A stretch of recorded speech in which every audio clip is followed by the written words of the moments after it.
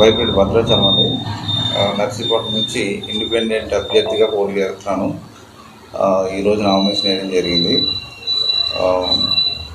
అయితే ముఖ్యంగా ఈ నామినేషన్ వేయడంలో మెయిన్ ముఖ్య ఉద్దేశం ఏంటంటే,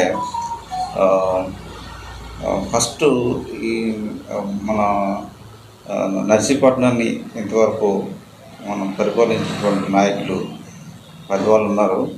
కాకపోతే వాళ్ళు ప్రజలకి వాళ్ళ అంచనాలకు అనుకూలంగా వాళ్ళు అందుకోలేదని నేను అనుకుంటున్నాను, కోరుతున్నాను. అయితే అది కొంచెం ఫిల్అప్ చేయడం కోసం కొత్త నూతన నాయకత్వం అవసరమని భావించి నేను రాజకీయాల్లోకి ఇప్పుడు పోటీ రాజకీయాల్లోకి రావడం జరిగింది. సో ముఖ్యంగా ఫస్ట్ నేను అయ్యన్ పాత్ర గారికి మొట్టమొదటి నేను థ్యాంక్స్ చెప్పుకోవాలా. ఎందుకంటే నాకు ఒక విధంగా ఆయన రాజకీయ గురువు.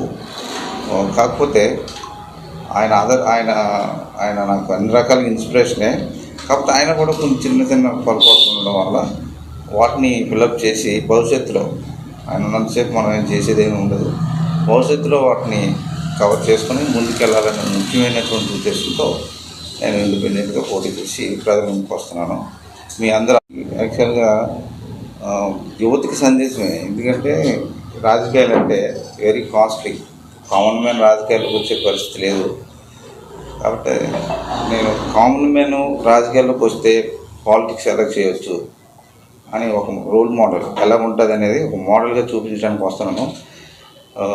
ఈ విషయంలో ఎటువంటి ప్రలోభాలకు కానీ ఎటువంటి పక్కదారులకి అవకాశం లేకుండా చాలా స్ట్రైట్ ఫార్వర్డ్గా ఈ రాజకీయాల్లోకి నేను ముందుకెళ్ళడం జరుగుతుంది. ఈ ఎలక్షన్లో ఎటువంటి ప్రలోభాలకి నేను లోన్ కానని చెప్పేసి మాటిస్తున్నాను. చివరి దశలో ఏ పార్టీ అయినా మిమ్మల్ని ఎదురుగా చేసుకుంటే బరిలో ఉన్నావు? Not at all.